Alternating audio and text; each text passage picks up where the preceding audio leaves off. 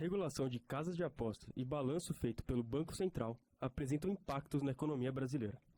Queimadas em território brasileiro ocasionam queda na colheita de cana-de-açúcar. Sem mais debates, eleições nos Estados Unidos se aproximam e estão previstas para o dia 5 de novembro. Em Guarulhos, Parque Transguarulhense recebe eventos que vão de batalha de rima a evangelismo. Estado de São Paulo mantém maior concentração de casos de mpox do país. Carlos Alberto Sardenberg dá entrevista ao Mac Notícias sobre os 33 anos de CBN. Eu sou a Thaís Souza. E eu sou Felipe Romano e está começando mais uma edição do Mac Notícias.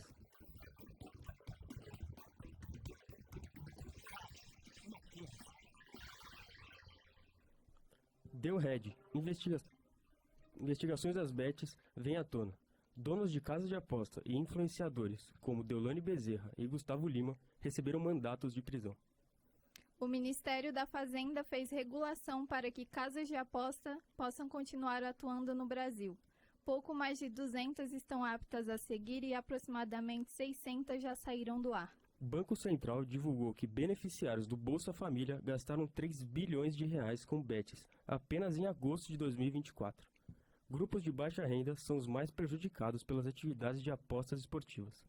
Em pesquisa apresentada pela Globo News em maio de 2024, 67% dos apostadores tiveram sua renda comprometida por conta das apostas esportivas, deixando de gastar dinheiro com vestimentas, itens de mercado e viagens. Os depósitos em sites de aposta apresentam uma diferença entre as idades. Os jovens depositam em média R$100 por mês, enquanto os mais velhos depositam R$3.000 em média. O ministro da Fazenda, Fernando Haddad, citou as bets como uma nova pandemia dentro do Brasil. Banco Central estima que existam 24 milhões de apostadores no país. A regulamentação chegou a assustar clubes como Corinthians e Atlético Paranaense. Isso porque sua patrocinadora master, a Esportes da Sorte, não estava dentro da demanda realizada pelo Ministério da Fazenda, o que poderia fazer com que os clubes não pudessem mais estampar a marca em suas camisas.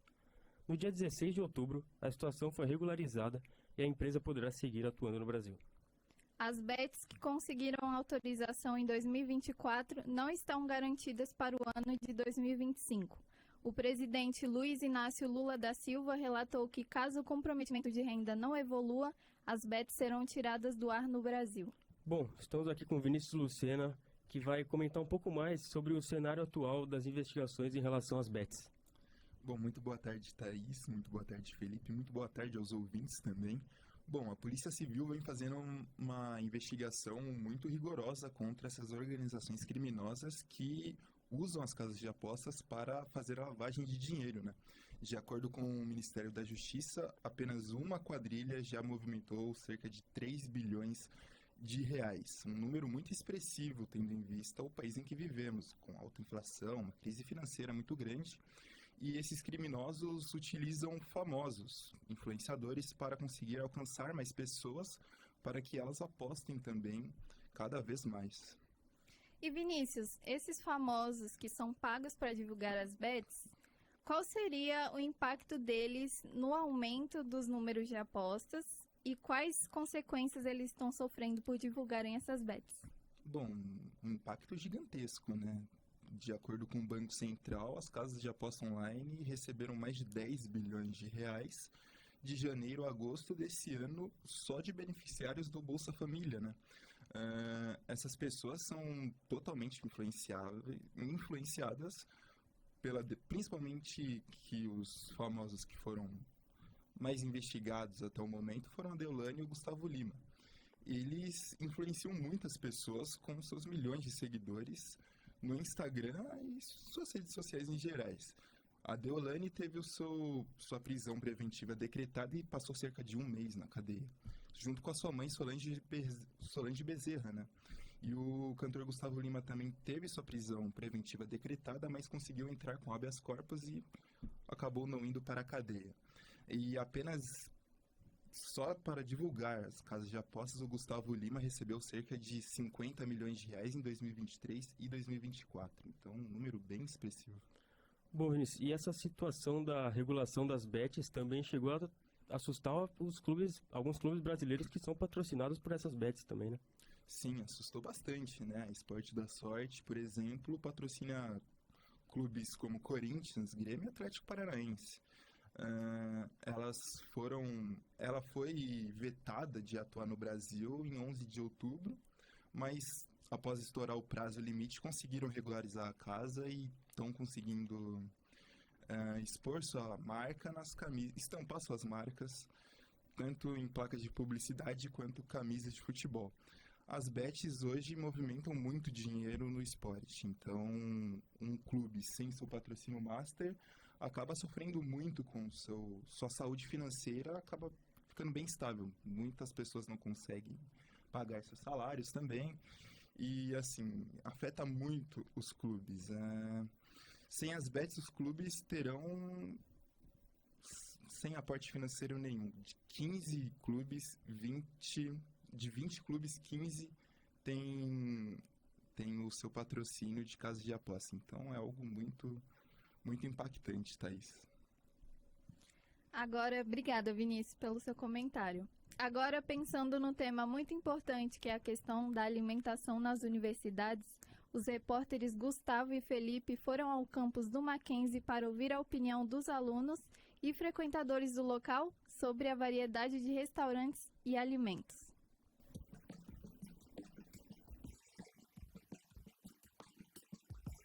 Variedade, preço e qualidade. Essas foram as principais causas de insatisfação apontadas pelos frequentadores das praças de alimentação no campus da Universidade Presbiteriana Mackenzie, centro de São Paulo. Mesmo sendo grandes e com restaurantes conhecidos, elas não têm sido suficientes para atender o público. Matheus Cinzente, de 20 anos, é um dos que confirma essa situação.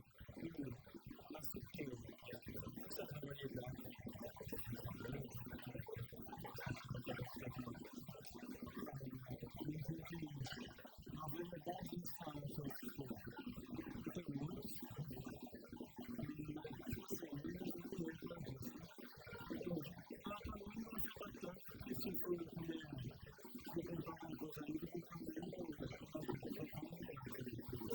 Outros alunos também mencionam impactos na saúde por conta da qualidade das comidas oferecidas por vários restaurantes do campus. Pedro Campos, de 15 anos, diz que não há opções que sejam ao mesmo tempo baratas e saudáveis. Eu acho que os restaurantes não contribuem para a saúde dos alunos, porque se você vai procurar algo mais saudável, é sempre mais caro. Alexandra Mustácio, mãe de um aluno do ensino médio, aponta que a região é muito cara para se alimentar. Você acha que o preço aqui é muito elevado ou ele é justo? Acho que não é elevado.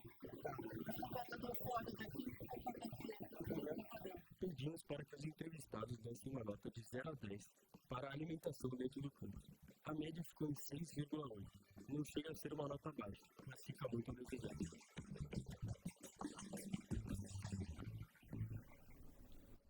Bom, fica claro o descontentamento, né, do público, né, Thaís? Por isso que pesquisas de campo como essa são muito importantes para entender e melhorar o dia a dia dessas pessoas. Bom, mudando um pouco de assunto agora, incêndios em agosto agravam perdas de cana-de-açúcar em São Paulo, que sofre com seca desde abril.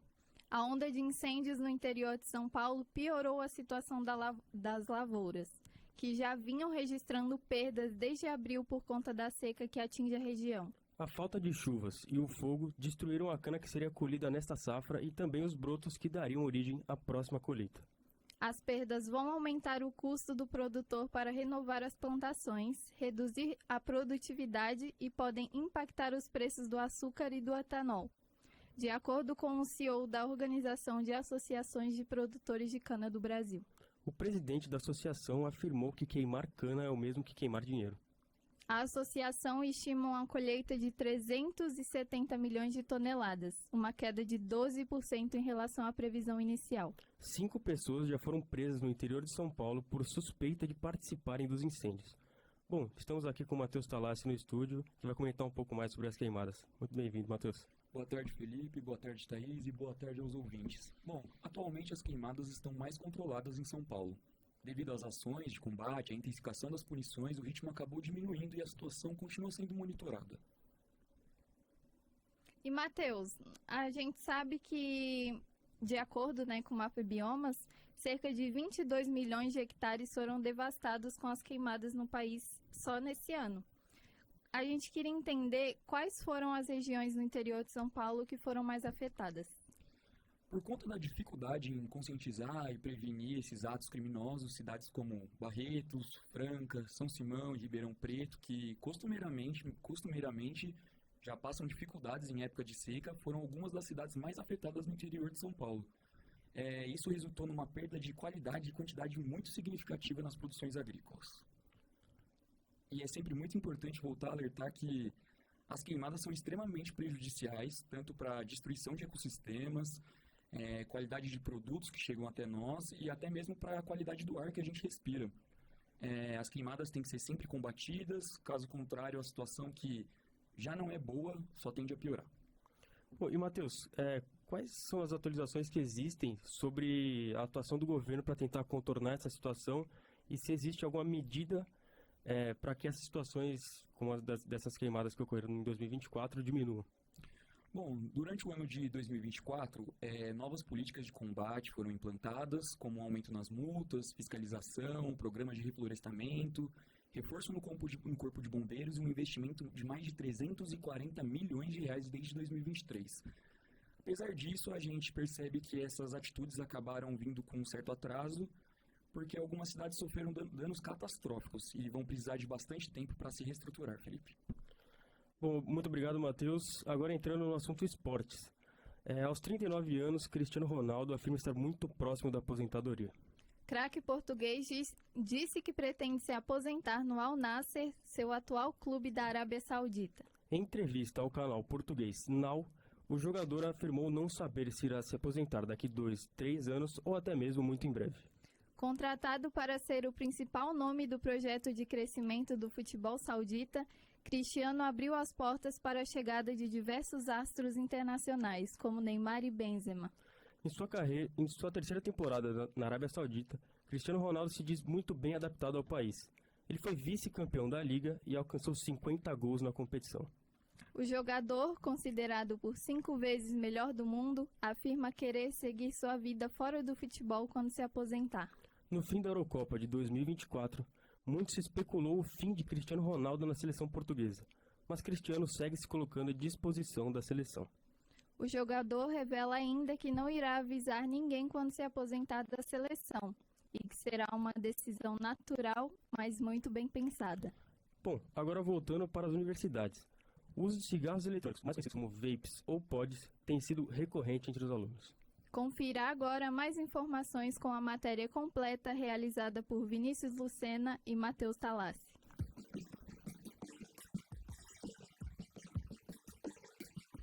Com a promessa de uma qualidade de vida melhor, o cigarro eletrônico é cada vez mais popular entre os universitários.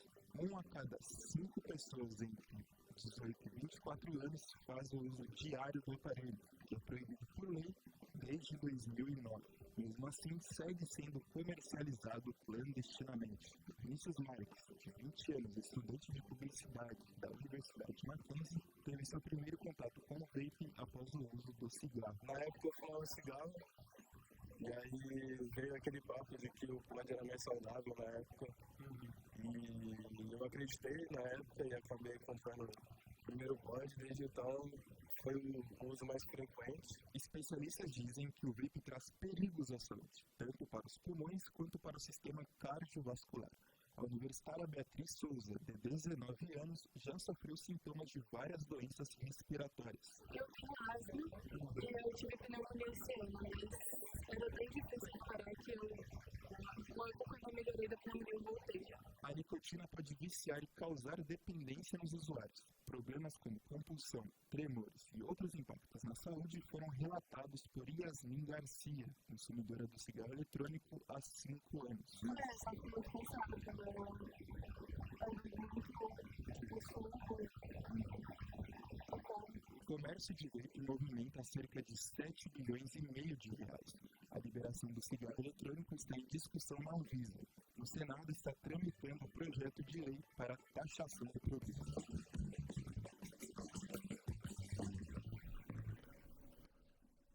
Bom, agora estamos aqui no estúdio com Vinícius Lucena. Seja muito bem-vindo novamente e obrigado pela sua presença. Muito obrigado, Felipe. Muito obrigado, Thaís. Bom, os vapes são uma nova febre entre os jovens que, assim, o crescimento de usuários cresceu exponencialmente. De 2018 a 2022, esse número passou de 500 mil usuários para 2 milhões e 200 mil usuários. Então é algo muito alarmante. Essa pesquisa foi divulgada pela IPEC, né? O Instituto de Pesquisa. Assim, um número tão alarmante desses é um pouco que choca muitas pessoas, porque 20% dos jovens hoje, de 18 a 24 anos, utilizam o cigarro eletrônico. E de jovens entre 13 a 17 anos, 17% desses jovens já utilizaram os vapes. Então é algo muito alarmante mesmo na saúde dos jovens. Bom, e Vinícius, como é que tem sido realizada a fiscalização da venda desses produtos? Assim, a fiscalização é muito ineficaz, né? Assim, os cigarros eletrônicos no Brasil são proibidos desde 2009, né? Tanto que a comercialização, a importação e a fabricação desses produtos são proibidos em território nacional. A fiscalização, além de ser ineficaz, eu acho que não amedronta nenhum comerciante de cigarros eletrônicos, tanto que podemos ter fácil acesso a esse produto, tanto na 25 de março, quanto em grupos de venda no WhatsApp e em portas de baladas de São Paulo. Com o alto uso do cigarro eletrônico, as autoridades deviam abrir mais o olho e fazer punições mais severas a quem descumpre a lei e prejudica a saúde dos jovens brasileiros. Thaís. Obrigada, Vinícius. Agora vamos para um breve intervalo. O MAC Notícias volta já.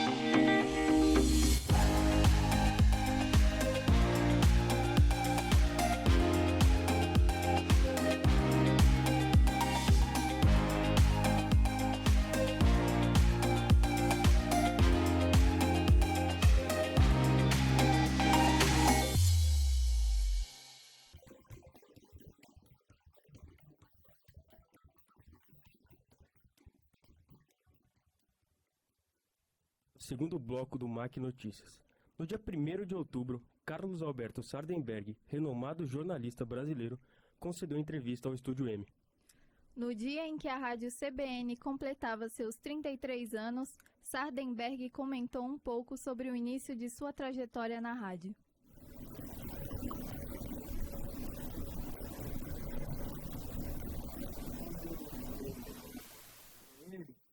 Eu não tinha experiência de rádio, eu só tinha experiência de imprensa escrita, de jornal e de revista. E eu fui chamado para CBN porque o pessoal achava que eu escrevia de um jeito fácil, de um jeito simples, e que poderia cair bem no rádio. Porque acabou acontecendo. Né?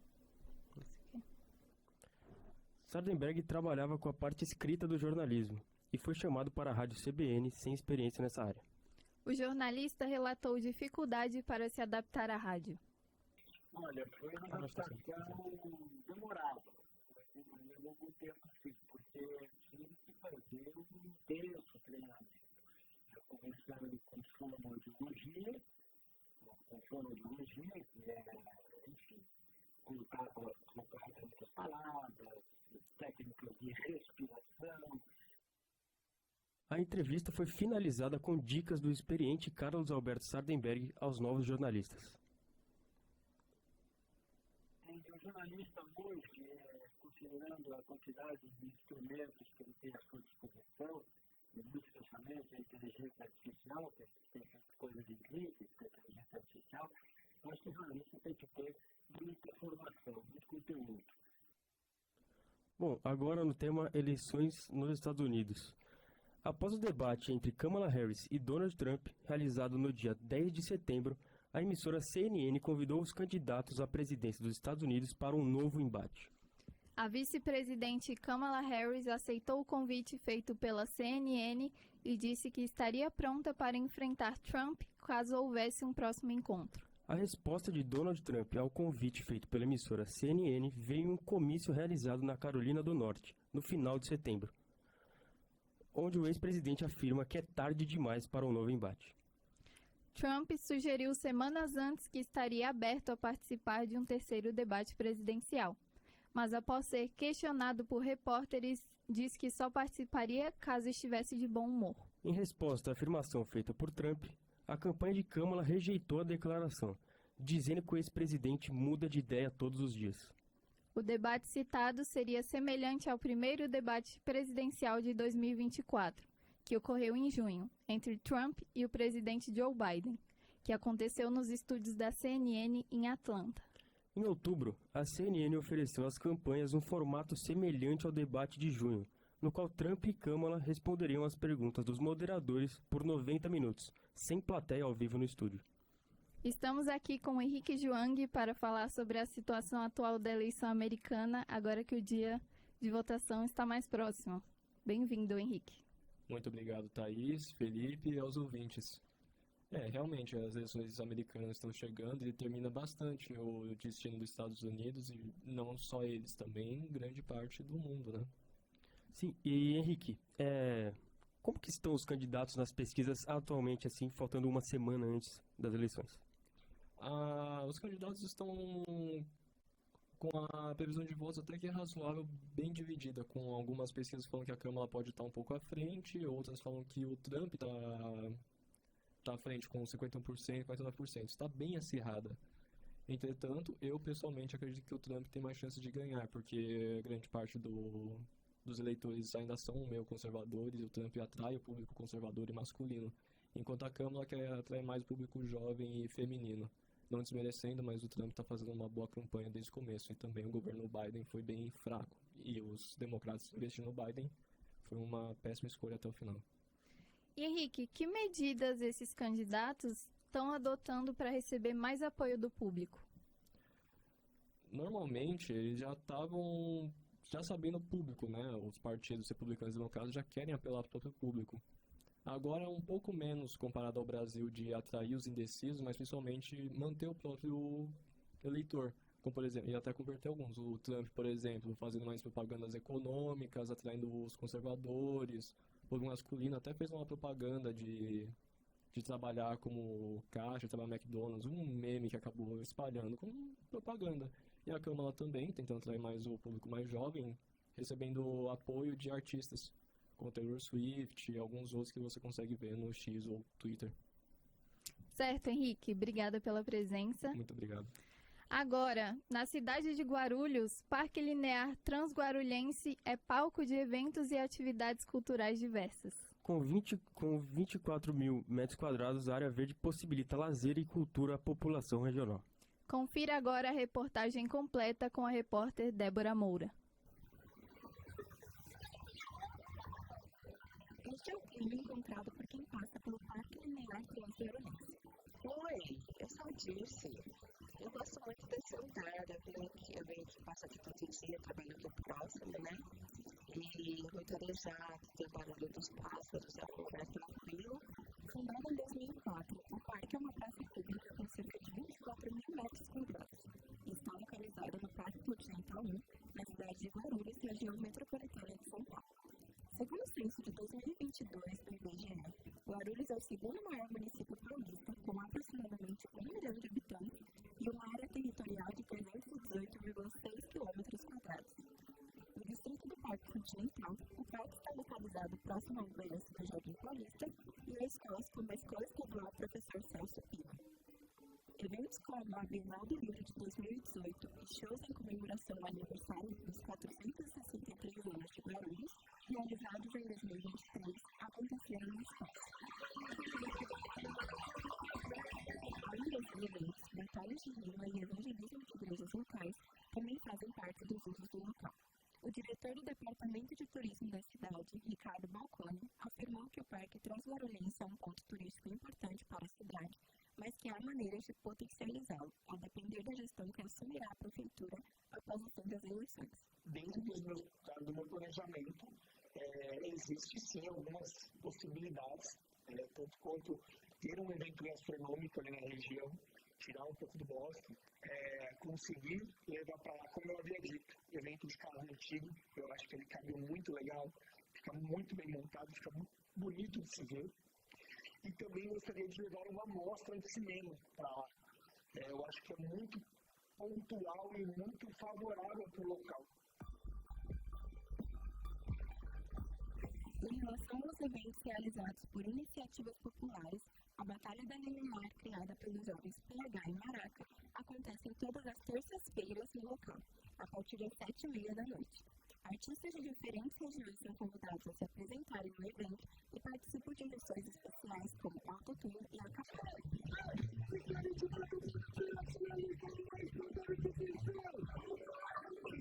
No espaço também são realizados cultos evangelísticos pela Igreja Assembleia de Deus, e mais uma edição ocorreu no dia 8 de setembro deste ano, sob a direção do pastor Denilson Batista.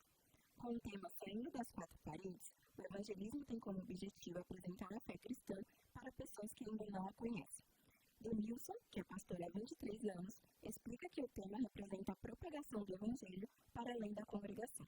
Saindo das quatro paredes é para levar essas boas novas do evangelho ao necessitado. Aqueles também que necessitam, aqueles que precisam de ter um encontro com Cristo, assim como outrora nós tivemos. O Parque Linear Transguarulhense conta ainda com um campo e quadra de futebol e é utilizado pelos moradores para a realização de exercícios e encontros.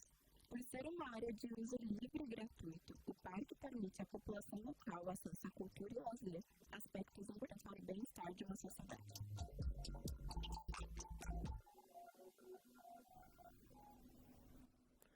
Falando em cultura, o repórter Matheus Talassi está ao vivo no campus do Mackenzie para falar com os alunos sobre o show do Linkin Park no Brasil. Boa tarde, Felipe. Boa tarde, Thaís. Eu estou aqui com o estudante Diego Lima, dentro da Universidade Mackenzie, e estudante de jornalismo. E queria saber de você, Diego, qual a expectativa para o retorno da banda após 7 anos? Foi um longo período sem shows e agora eles estão voltando para o Brasil. Boa tarde a todos.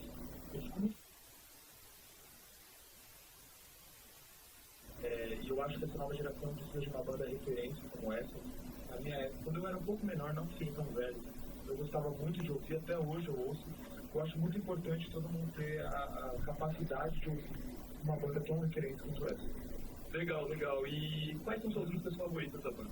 A minha música favorita é Numb, que eu ouço todo dia quando eu estou treinando na academia. É uma música que me motiva e me traz uma vida. Então, essa é a música favorita. E para finalizar, como você descobriu a banda? Eu descobri porque eu tinha um amigo da escola que gostava muito de rock e ele sempre me falava das bandas, e aí eu fui conhecendo algumas músicas e aí quando eu conheci Nando, conheci Linkin Park e desde então eu ouço todos os dias. Perfeito, Thaís? Deus. A mpox, conhecida como varíola dos macacos, é uma doença zoonótica causada pelo vírus monkeypox. A transmissão para humanos pode acontecer por meio do contato direto com outros humanos ou animais infectados, ou por meio do material corporal contendo o vírus. O repórter Matheus Talassi é quem nos traz mais informações. 2 anos depois do pico da Covid-19, o mundo vive novamente a iminência de uma pandemia em volta aos olhares para o mpox. Quais seus riscos e sintomas? Existe um tratamento? É possível que tenha mais isolamento social? Em entrevista com o Dr. Matheus Naves Gonçalves, médico infectologista da Universidade Federal do Mato Grosso do Sul, tivemos a oportunidade de esclarecer essas e outras dúvidas.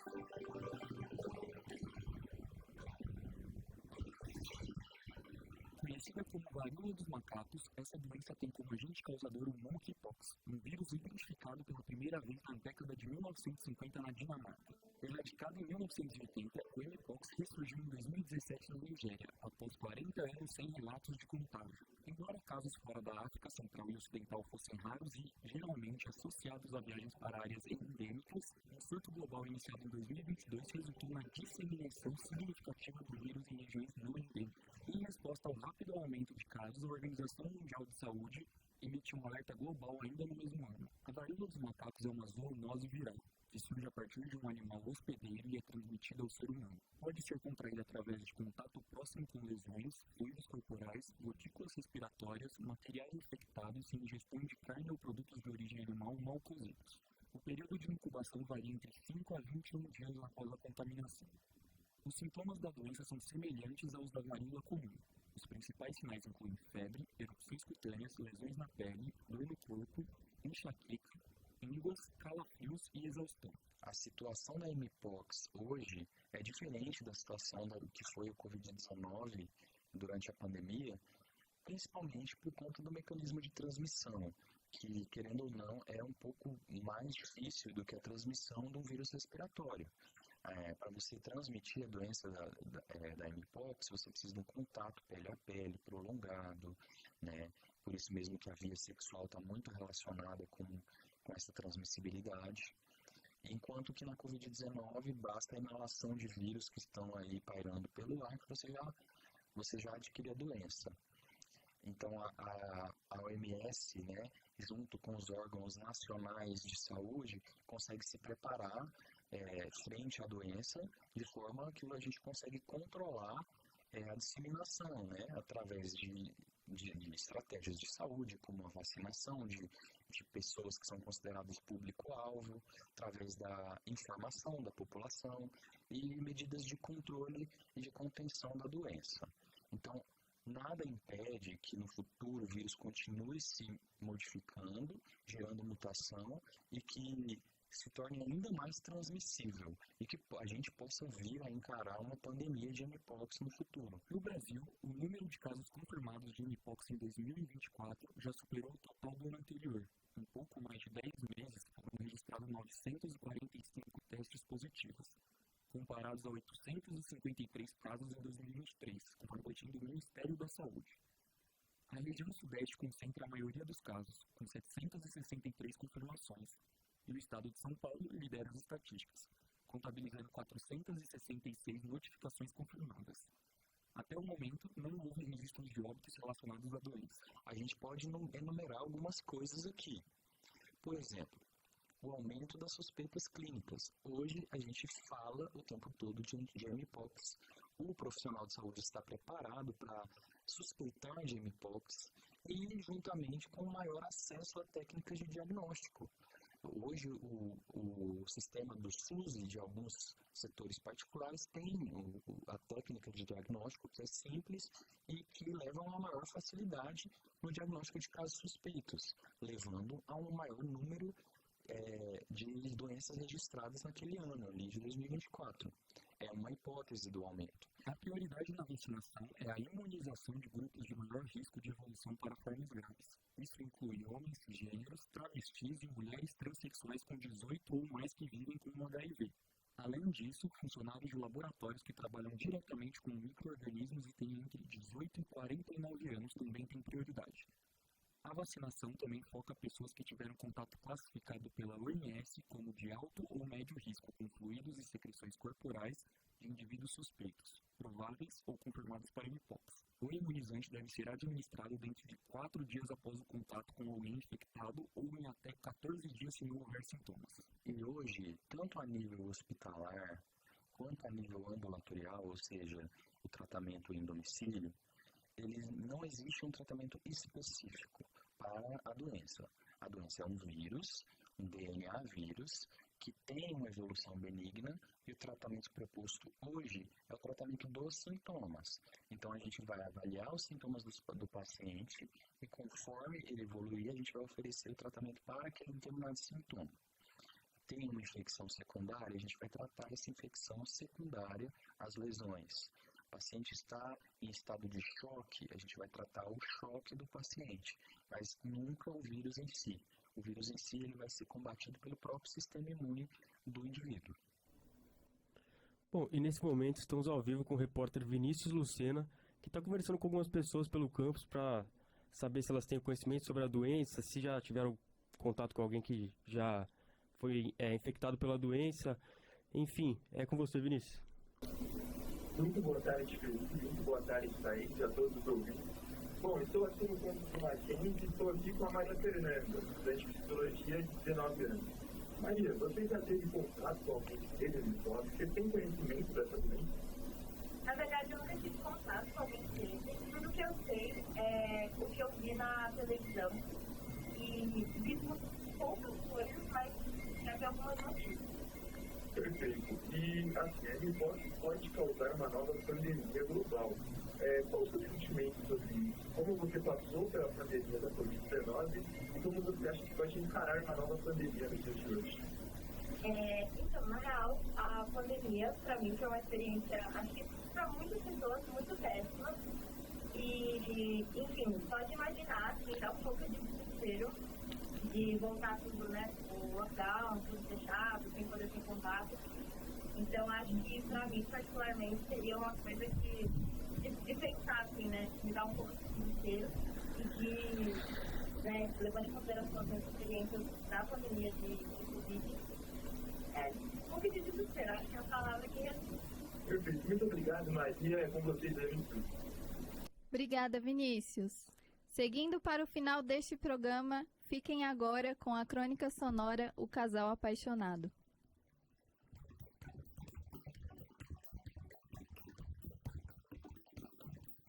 O Casal Apaixonado, uma crônica sonora de Thales Souza e Débora Amiga.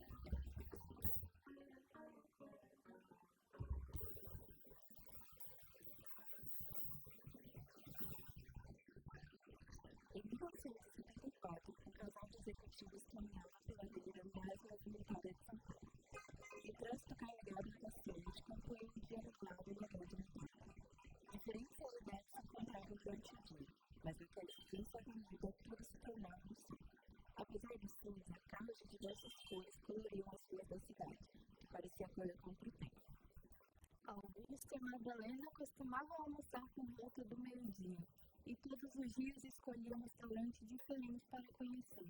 Neste dia, o restaurante de grande fachada conhecido como Astor foi escolhido para receber o casal apaixonado. Como gentil cavalheiro que era, Augusto caminhou até a porta do restaurante abraçado a sua esposa, e, chegando no local, abriu a porta para que Madalena pudesse entrar primeiro. O espaço era composto por cores neutras e possuía uma baixa iluminação, o que tornava aconchegante e comparando ao lado de fora. A atmosfera se transformava com a melodia da apresentação do dia, e o jazz, gênero favorito do casal, ecoava entre as mesas ocupadas.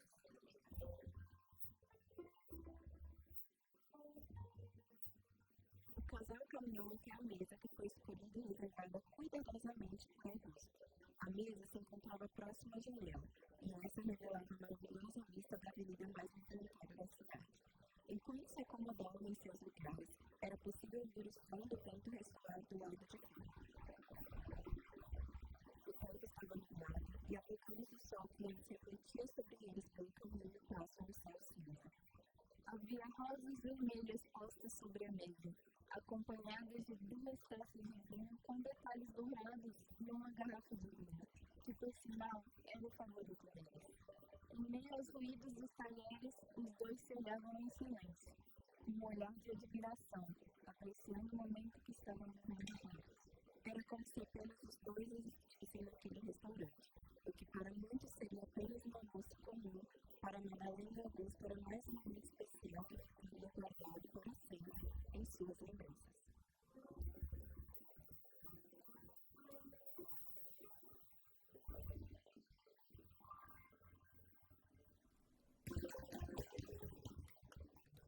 Bom, chegando ao fim, agora gostaríamos de agradecer a você, nosso ouvinte, por estar sintonizado aqui conosco em mais uma edição. O Mac Notícias fica por aqui. Até a próxima!